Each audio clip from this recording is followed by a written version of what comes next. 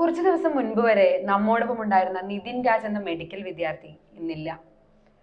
കുറച്ച് വർഷങ്ങൾ കഴിഞ്ഞാൽ ഒരു ഡോക്ടറായി ആതുര സേവന രംഗത്ത് ഉണ്ടാകേണ്ടിയിരുന്ന ഒരു ചെറുപ്പക്കാരൻ.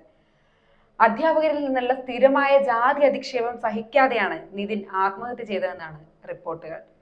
ഇതിന്റെ സത്യാവസ്ഥ പോലീസ് കണ്ടെത്തട്ടെ. മരണത്തിന്റെ ഉത്തരവാദികൾ ആരോ അവർ ശിക്ഷിക്കപ്പെടട്ടെ. വിദ്യാർത്ഥിയുടെ മരണം അന്വേഷണ ഘട്ടത്തിലായതുകൊണ്ട് തന്നെ അതേക്കുറിച്ച് കൂടുതൽ പറയാൻ ഇപ്പൊ കഴിയില്ല. എന്നാൽ നമ്മളിപ്പോൾ സംസാരിക്കേണ്ട വേറൊരു കാര്യമുണ്ട്. ഉന്നത വിദ്യാഭ്യാസ രംഗത്ത് ജാതിയുടെ പേരിൽ നടക്കുന്ന പീഡനങ്ങളെ കുറിച്ച്, ഇൻസ്റ്റിറ്റ്യൂഷണൽ മേർഡർ എന്ന് വിളിക്കാവുന്ന കൊലപാതകങ്ങളെ കുറിച്ച്. 10 വർഷം മുൻപല്ലേ രോഹിത് വെമുല ജീവിതം അവസാനിപ്പിച്ചത്. രോഹിത്തിന്റെ മരണത്തെ ആത്മഹത്യയായല്ല, ഇൻസ്റ്റിറ്റ്യൂഷണൽ കൊലപാതകമായി തന്നെയാണ് നമ്മൾ കണക്കാക്കുന്നത്. എന്നാൽ രോഹിത്തിന്റെ മരണശേഷം ഈ അവസ്ഥയ്ക്ക് എന്തെങ്കിലും മാറ്റം ഉണ്ടായിട്ടുണ്ടോ? 2018 മുതൽ 2025 വരെ ഏതാണ്ട് 98 ദളിത് വിദ്യാർത്ഥികളാണ് പീഡനം ആരോപിച്ച് ആത്മഹത്യ ചെയ്തത്.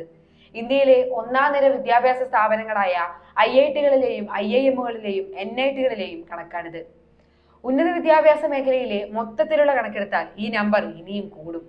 വിദ്യാഭ്യാസ രംഗത്തെ ജാതി പീഡനത്തിന്റെയും അതുവഴി നടക്കുന്ന ആത്മഹത്യയിലൂടെ അഥവാ ഇൻസ്റ്റിറ്റ്യൂഷണൽ കൊലപാതകങ്ങളുടെ യഥാർത്ഥ ചിത്രം നമുക്ക് കിട്ടരുതെന്ന് ഭരണകൂടത്തിന് നിർബന്ധമുണ്ട്.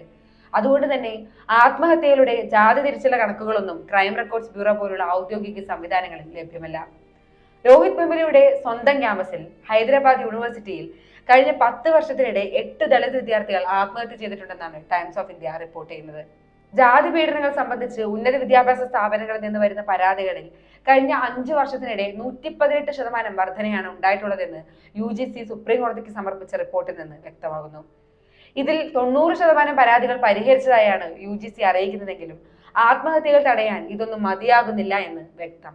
ഇന്ത്യയിലെ IIT-കൾ ദളിത് ബഹുജൻ വിദ്യാർത്ഥികളുടെ കൊലക്കളങ്ങളായി മാറുന്നു എന്ന ആരോപണം എത്രയോ കാലമായി നമ്മൾ കേൾക്കുന്നുണ്ട്.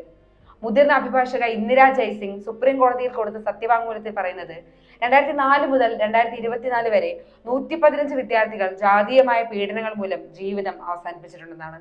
വിദ്യാർത്ഥികളെ ജാതിയുടെ പേരിൽ മരണത്തിലേക്ക് തള്ളിവിടുന്ന അധ്യാപകരെയും വിദ്യാർത്ഥികളെയും സൃഷ്ടിക്കുന്ന ഇടങ്ങളാണ് നമ്മുടെ വിദ്യാഭ്യാസ സ്ഥാപനങ്ങളെങ്കിൽ വിദ്യാഭ്യാസത്തിന് തന്നെ എന്താണ് അർത്ഥം?